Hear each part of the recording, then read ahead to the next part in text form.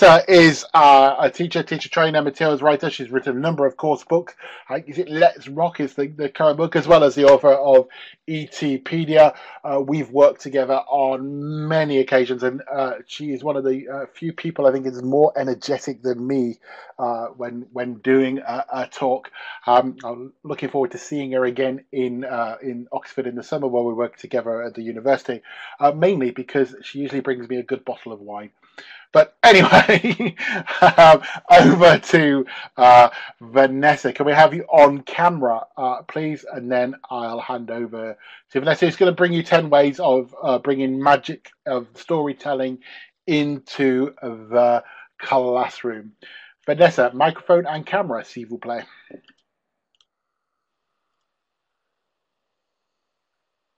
Hello there. How's everybody today? Vanessa, your camera's not on. Hang on. Can you see yourself? Yeah, Yes, there you go. there, All yours. Thank you. Hello, everybody. How are you today? Well, before we get started, can I please ask you to type in the chat box your energy level at the moment?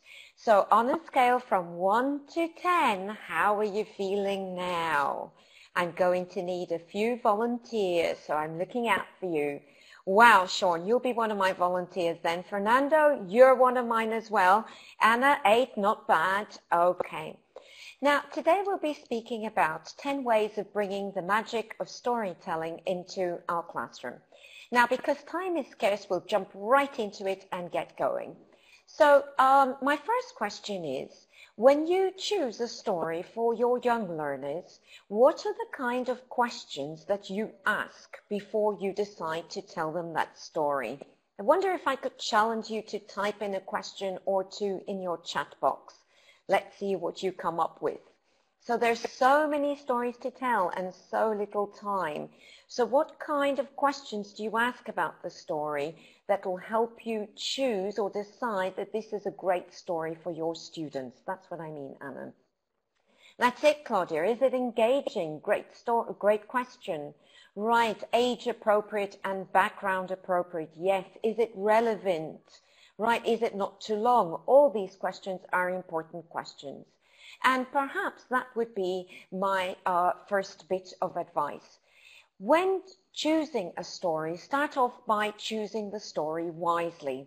And remember that sometimes we choose a story because, well, it sort of meets our language interests, or it meets our curriculum, or it allows us to teach a certain topic. But we can't really forget our target audience. And we choose a story really so that we can entertain and let the kids have fun with English. And so perhaps the first and most important question would be, does this story actually appeal to my students' tastes and interests? Because if not, then there are a million other stories that will.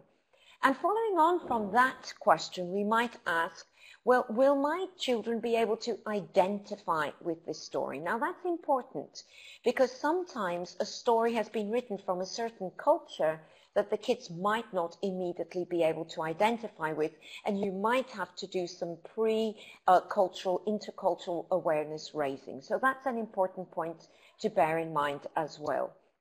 Another question that you might ask is the language level within or just slightly above the children's language level? Now, if it isn't, that doesn't mean that you can't use the story. What it means is that you may need to adapt the story or adapt the language in the story for the students.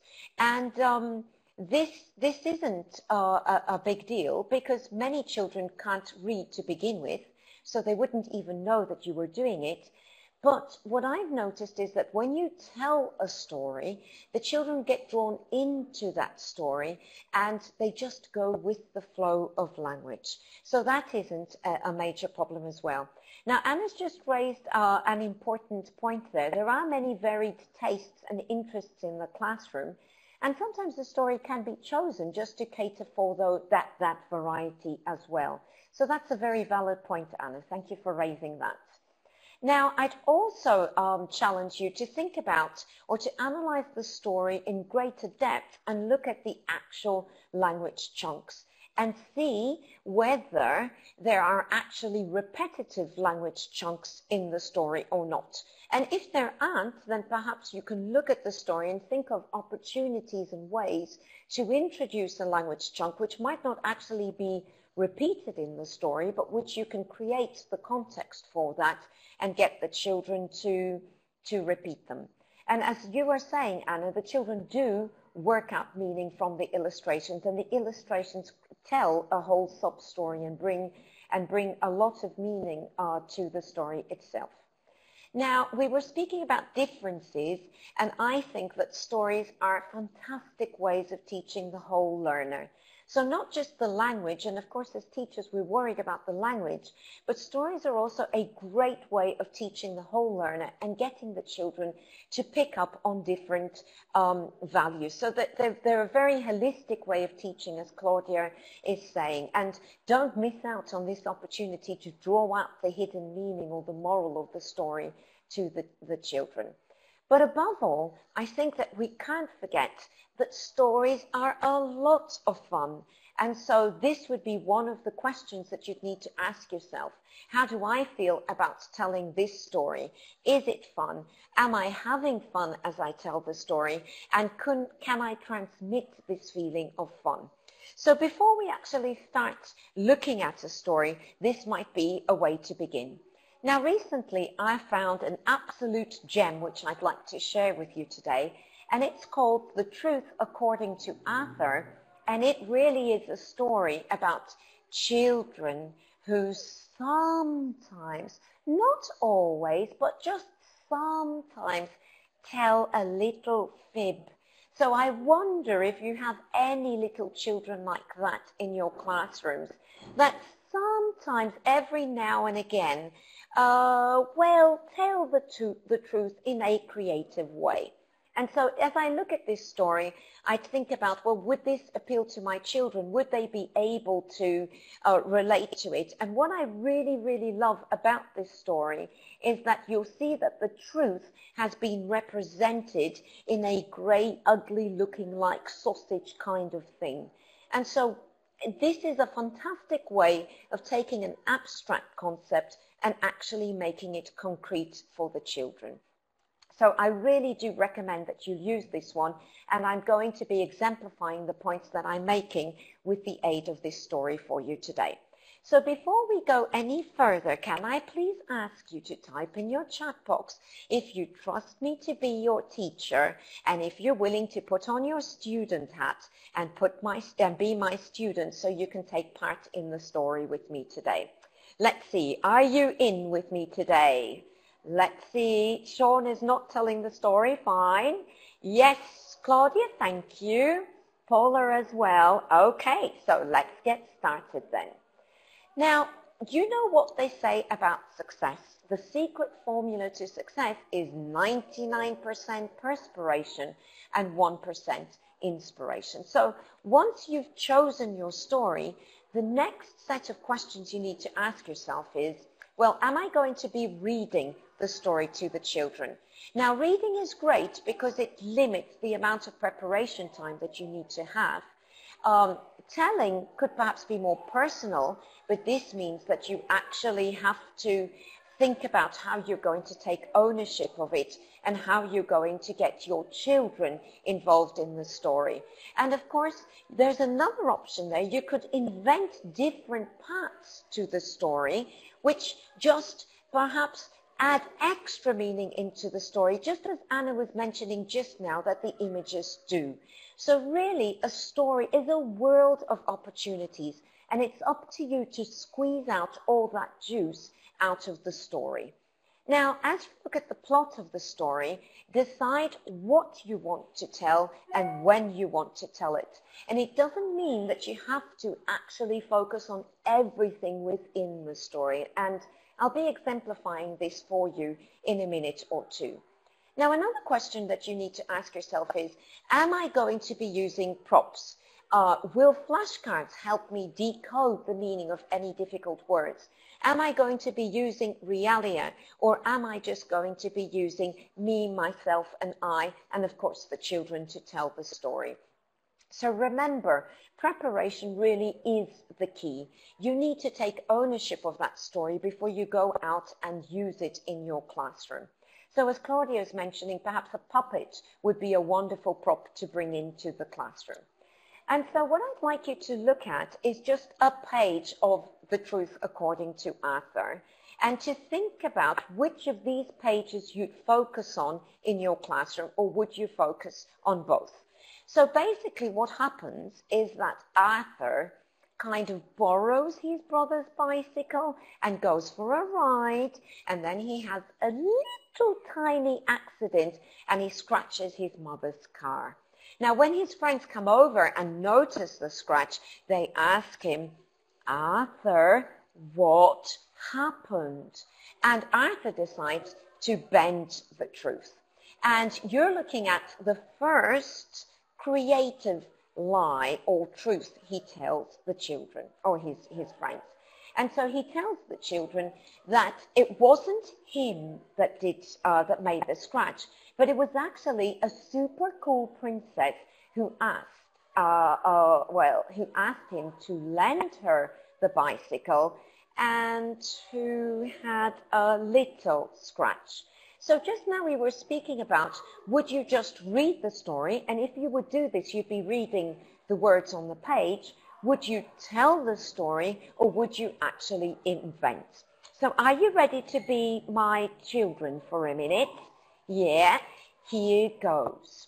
So Arthur saw the super cool princess, and he said, hello, princess.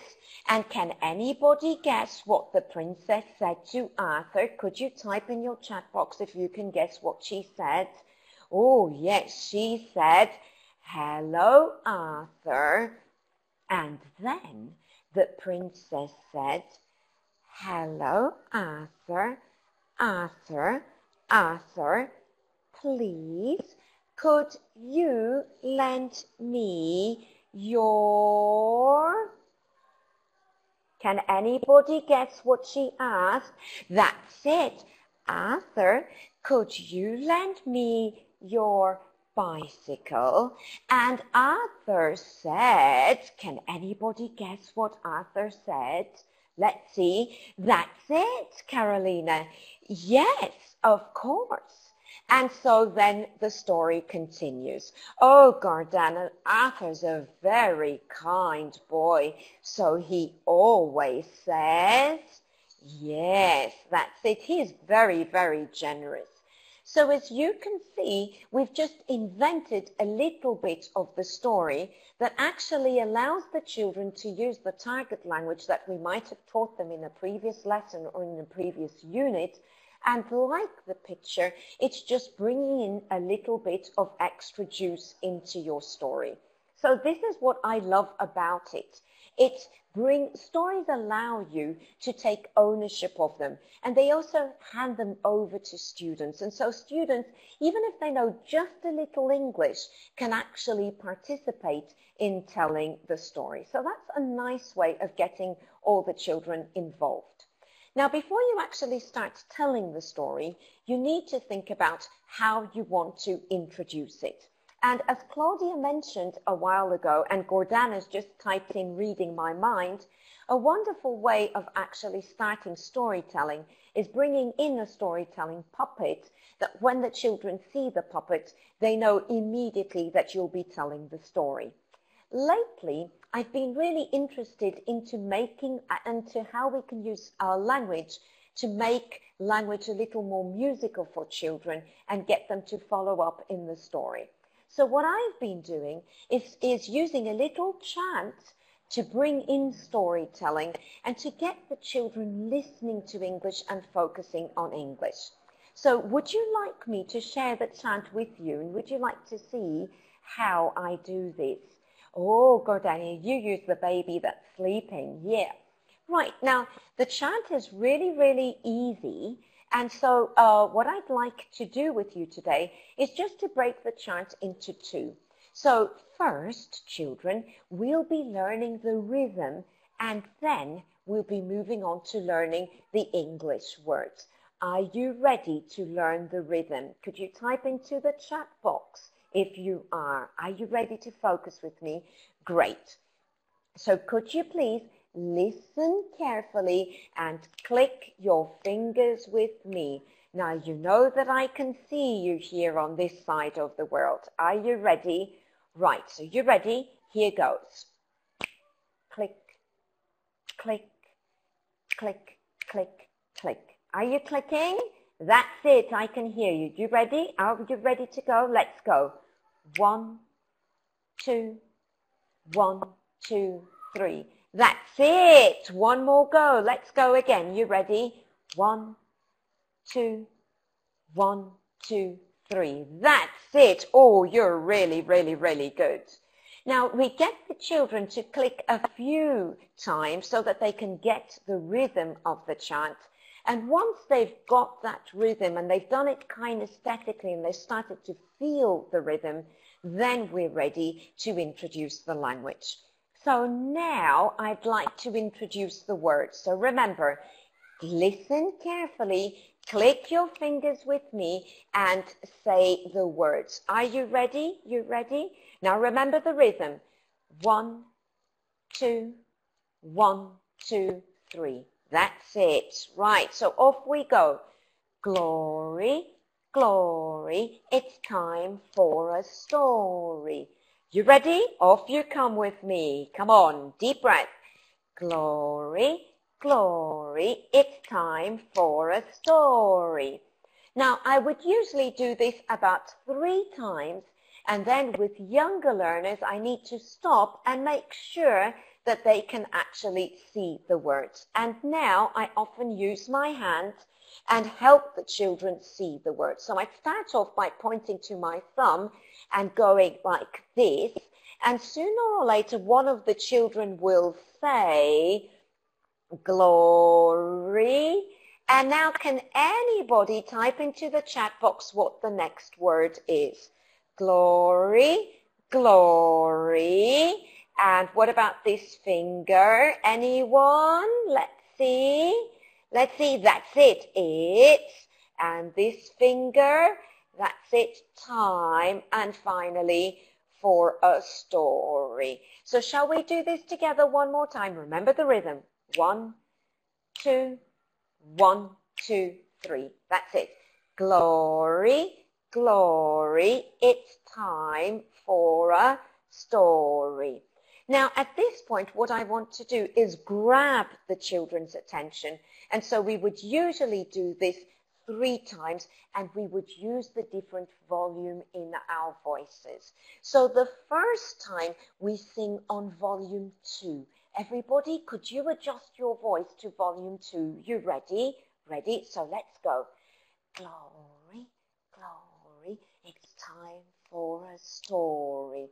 And you'll see that when you do this, the children automatically stop and focus to hear you. And now, of course, Gordana, we'd go a little louder and we might choose volume 5 and repeat it. And then we'd go really loud so that the kids can have some fun and perhaps do it on volume 8 and do a little bit of shouting. So we start off by getting their attention, hooking them into the story. And once we've done that, we're ready to actually tell the story. Now, at this point, you need to think about and plan this very carefully before you actually get going, how you're going to use your body to actually tell the story. And so perhaps you could consider using the actual space in the classroom and standing on one side of the class if you're one character, and perhaps on another side of the class if you're another. And this helps the children actually visualize who you are in their imagination in the story. You could also use different voices and make different voices for the different characters. And as I just mentioned with the glory, glory little chant, you could play with volume. So perhaps the princess could speak in a slightly softer little tone, and the dragon might be screaming a little louder. And don't forget that your body is your best tool. So really make use of it. Yes, a mermaid is also a wonderful voice to use.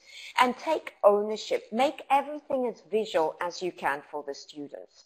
So let's listen to a little more of the story.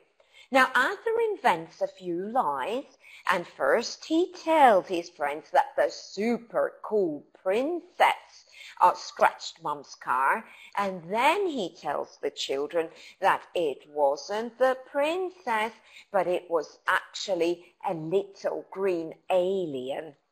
And then on this double spread, he becomes very, very inspired, and he says that it wasn't me. It wasn't me. It was a big, giant robot. And he says, the big, giant robot says, can you guess what the first thing is that the big, giant robot says to Arthur? Let's see if you can guess. That's it. Oh, I see people are reading my mind. Hello, Arthur. Hello, Arthur. Arthur, can you please lend me your... Let's see if you can guess what he says. Can you please lend me your... That's it, bicycle. So as you can see, this is just a fun little way, and you can't see my whole body because I'm actually hooked up to the sound system. But this would be just another little way of getting your voice and your body to help you tell the story and the words on the page, or to invent a little more as I've just done. Now, remember that children have very, very short attention spans, and I don't need to be reminding you of this. Which means that if we go into story mode, now Anna, I usually tell this story to about 10, 11-year-olds, just to answer your question. And so they usually respond very, very well to this, okay? Now, as I was saying, don't forget that as we go into story mode, we're really focused on the story, and as adults, we have slightly longer attention spans. But if you've been teaching young learners recently, you know that it's just a matter of minutes before the children slip into their own world. So as you tell the story, you need to have little hooks to keep on bringing the children back into the classroom and back into your lesson. Yes, Gordon, I definitely would agree that the children's attention scatters every now and again.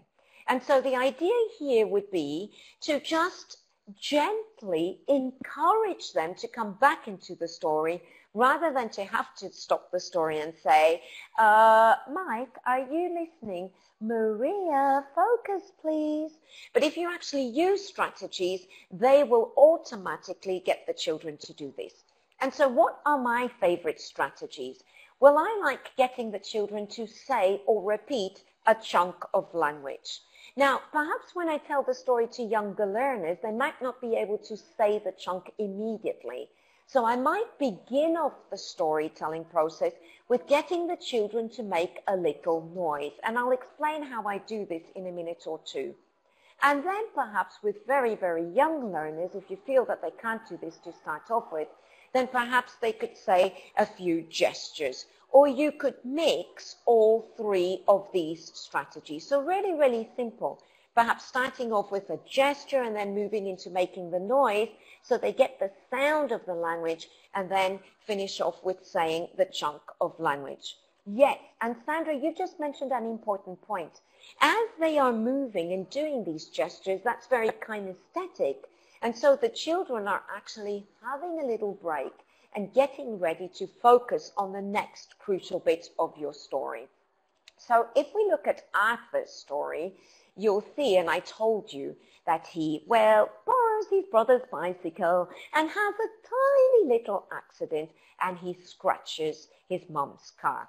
So the language chunk that I'd like to introduce and get the children to learn would be a big, long scratch, right? So how many words would that be? Could you type in? How many words would that be? Big, long scratch. Yes, Gordana. But I want to teach the children this as one language chunk. So I want them to think that it's just one thing. Now, the first time I do it, I'd say, and he made a big, long scratch. Now, when I ask the children to repeat this, what do you think that the children say? So I've just said a big, long scratch. But remember, the children don't have a teacher's brain. So what do they say? They just say, that's it, Leanne. Have you been in my class recently? They just say scratch. So now what I'm going to do is I'm going to use my body and my gestures to get them saying big, long scratch. Now I'm going to try to stand up so you can see this. And I'm going to go, yes. So they've just said scratch. I'm not going to tell them off for not having said what I want them to say. But instead I'm going to say, yes, a big, long scratch. Now everybody, are you ready? Yes, I see you nodding there. So instead of just saying it, could you also type it into your chat box, please? You ready, everybody? Ready? Big, long, ready? Scratch!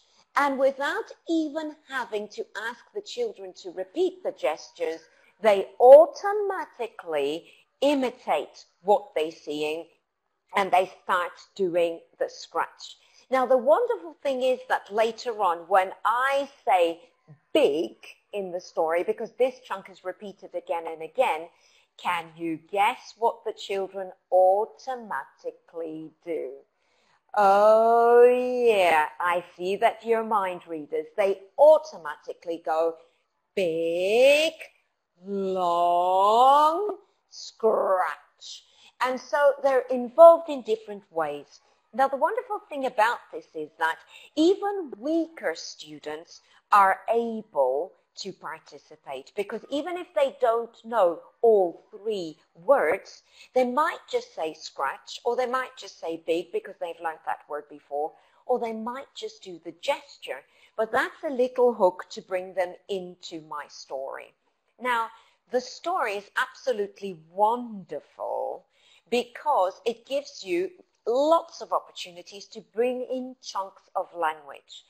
And when the truth finds out that Arthur has been lying, can you guess what the truth does? Can anybody guess what he does? Aha, let's see. Yes, Gordana, the little children are like sponges. It really is that. So they respond wonderfully to these techniques. No, Claudia, the truth doesn't lie. Sorry, the truth doesn't cry, and the truth doesn't lie either. But the truth simply does this. Are you ready? Now notice how I've just got a little softer, and so I'm using the volume of my voice to get the children back into the story. They have to concentrate to hear what I'm saying. And now the truth goes, liar, liar, Arthur is a liar. Everyone, are you ready? You ready? Liar, liar, Arthur is a liar. And I'll repeat this once or twice. And now remember, I want to get the weaker students involved in as well. So then I'll just go, and Arthur says, shh. And so even my weaker student, who perhaps wasn't able to get that language chunk immediately, and the chant is able to go, shh. And now I have the children on board for another 2 or 3 minutes. So a nice little strategy just to make sure that everybody is following the story, but also that everybody is understanding. And so what I would suggest is that you think of the language that you want to teach, and you think of how you want to make it sound musically and how you can transform it into a chant. And remember the hand technique that we used just now. You can use that as well. So you can go, liar, liar, Arthur is a liar, if you want to as well. Now, this story has two wonderful little opportunities for doing this. One is each time Arthur tries to hide the truth, then you can use, and Arthur tried to cover up the truth. And then remember what we said about inventing language. Now, I'm going to be inventing language just so that I can repeat these language chunks. So as Arthur is hiding or covering up the truth, I can then say, but the truth wasn't very, can you type in the word that you think I'm going to say next in your chat box? But the truth wasn't very, let's see, happy, that's it. In fact, the truth was rather, let's see, sad. So the truth did this. Peekaboo, liar, liar, Arthur is a liar. That's it, Gordana. So as you can see, we're just bringing in these chants again and again and again throughout the story to get the children to pick up this language naturally and without any effort. And remember that it takes the kids about 8 times of repeating the same language chunk before they're actually able to remember it. So the secret here really is repeat, repeat, and I forgot to say something, repeat again, because practice and repeating really does make perfect. Now, Arthur says another wonderful sentence in the story, which is, it wasn't me, it wasn't me. So can you see a different structure with a different rhythm that we can also bring into the story? Now remember, as I want to vary the rhythms and teach them different types of sentences and language chunks, I also have to cater for my weaker students. Now this wasn't is the past tense, so not every single child picks up on it immediately. And so what I'm going to do is say the language chunk, repeat it, but add a little sound that the children can make to make sure that I'm hooking everybody into my story. So what I would do would be to say something like, it wasn't me. It wasn't me. And then continue the story. It was the, I wonder if you can guess who this was, the, can you remember? It wasn't, that's it, Gordana. It was the super cool princess. So now notice how I've gone from saying the chunks myself to actually getting the children to say them for me. And there was no instruction that I needed to say, just the context of the story and my body language and the gestures I'm using are telling the children that. So I start off by modeling the language for the children, and as I've repeated the chunks a few times, then we swap roles, and the magical of storytelling is that the children actually enjoy the process. So choose these language chunks from the beginning, see what kind of language you want the children to pick up, and then invent little parts in the story if they aren't naturally there, which will allow the children to repeat this language again and again and again. And so when the children start getting this right, yes, Gordana, 1, 2, 3, 4, 5, 6 times, I usually try to do it 8 times, because you know what they say about remembering things. We remember things 5 plus or minus 3 times, and that's why I choose the number 8, right? Now, of course, stronger students might remember it after 3 times, and weaker students might have to have 10 times, but 8 is just a number. You know your students better than me, so you'll be able to choose that number, well, adapt that number to your students' needs. Now, once the children start getting the language right, we need to reward them. And I'm going to ask you to type in your chat box how you reward the children in your classrooms when they get things right. Now, a few years ago at IATEFL, I watched Carol Reed's talk, and she said something which has stuck with me forever, and it has really helped me be a better teacher, because she said, plan your lessons so that you can catch the children getting things right. And I thought, oh, but it's not just about catching them. It's also about rewarding them when I catch them. Now, I see that Cassia is saying that she uses stickers. Some people use stars, the class dojo. Yes, chocolate. I want to be in your class. A certificate, Gordana, a nice kiss or a little shake. Yeah. Oh. Now, I do all that, but I teach 8 classes and I get a teacher salary, which means that I run out of chocolate after the first week after paycheck. So, Amir, I do what you do as well. I give them a medal, but I give them a magical medal which lasts the whole day. Now, how do I do this? I'll go up to the child and say, yes, that's right. Let me give you a magic medal.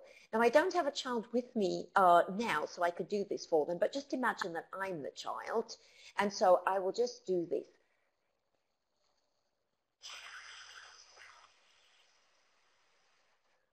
On the child's chest.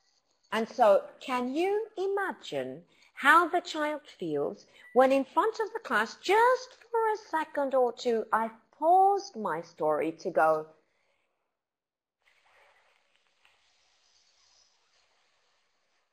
right? Yes, it's a magical medal, Lucy, both for the students and for us. And when you use it, you'll see that your children's body language changed completely. Sometimes they're just sitting like this.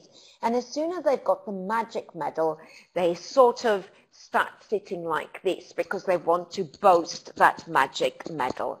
And I always reward it with a thumbs up. Now, can you guess what's happened in my class? When I start handing out a medal to my magic knights, Gordana, what happens to my other children? What do you think that they want?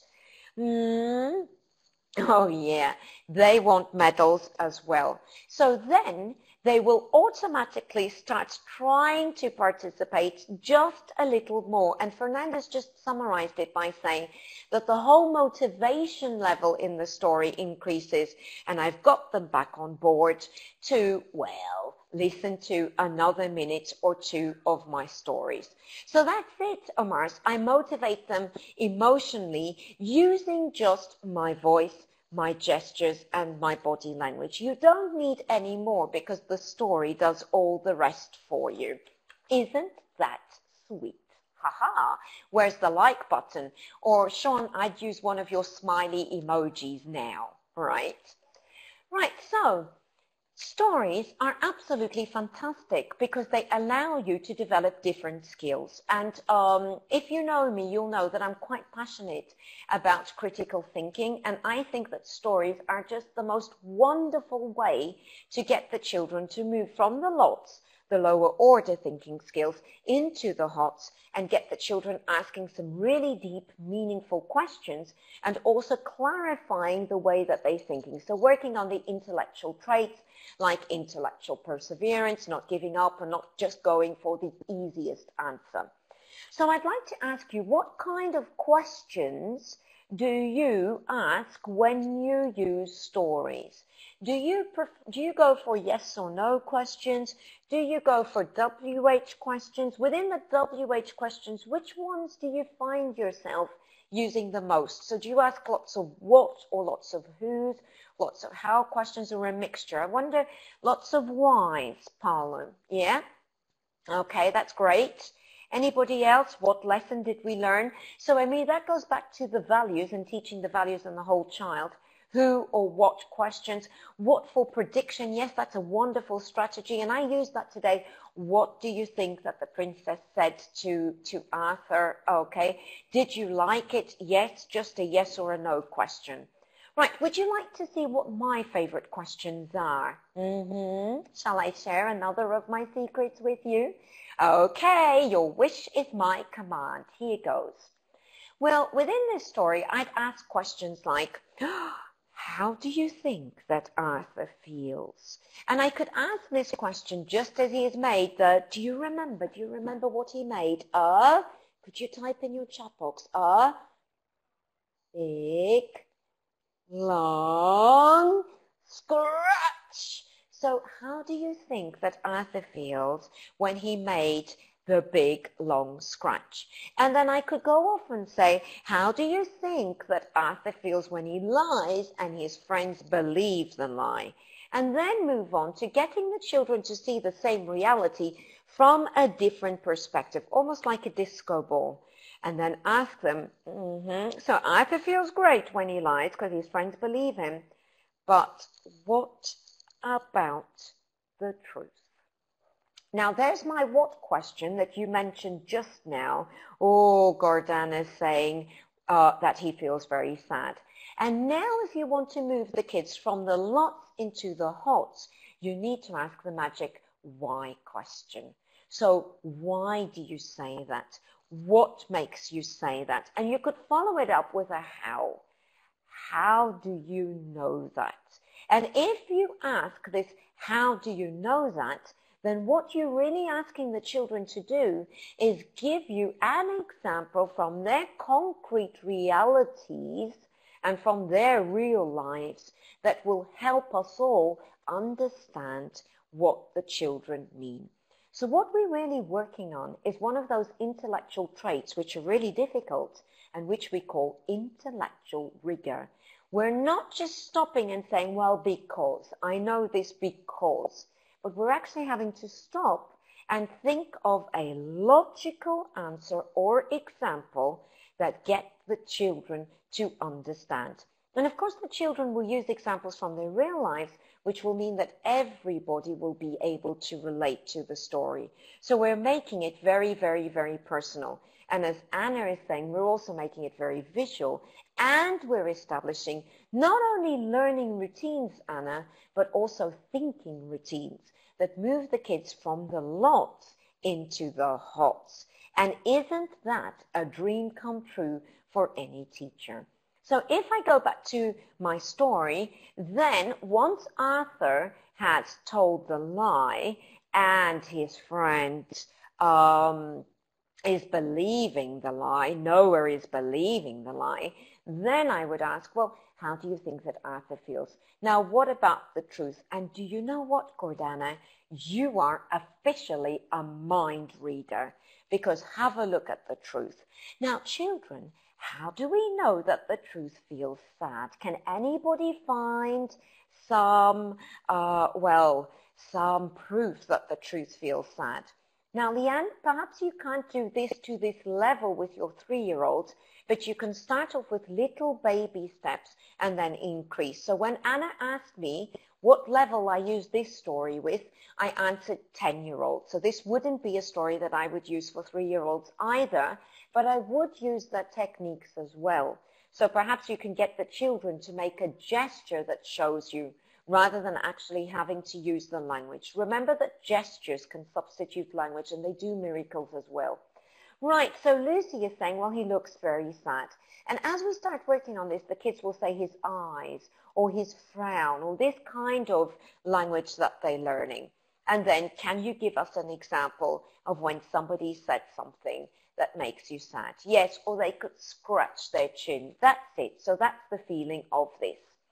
Now, we also need to remember that we're telling the children the story to give them the story. And so it's a great idea to then give them ownership of the story and make sure that the end of the story in our classrooms is just the beginning of the story in their lives. So I often use just a sheet of paper to make a storybook, and I've just folded the storybook, and in ETpedia we've got a video there for you so you can see how to do this. Alternatively, you can go online, and the children with just one little sheet of paper are able to make an 8-page book story in which they draw their favorite parts of the story, or I could give them little sentences and pictures for them to stick in if they want to. And then their task is just to take their storybook home and to tell one person in their family their story.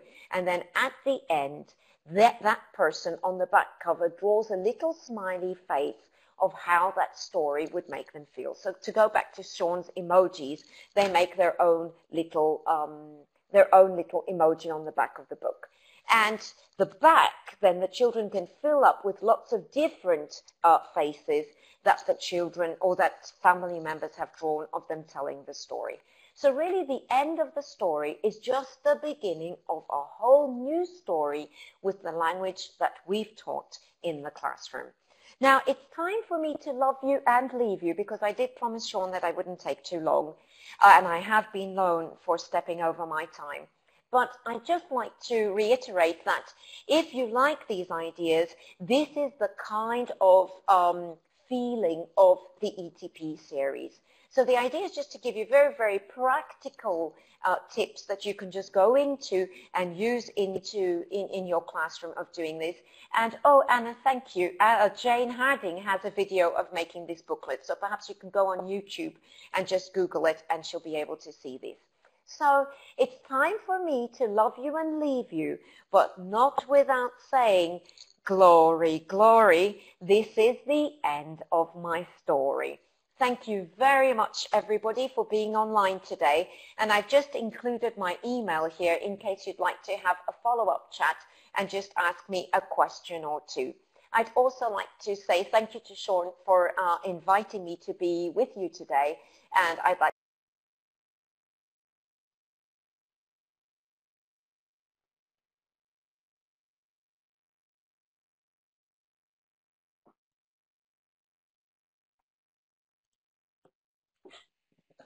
say thank you. You're very well trained, Vanessa. Thank you very much.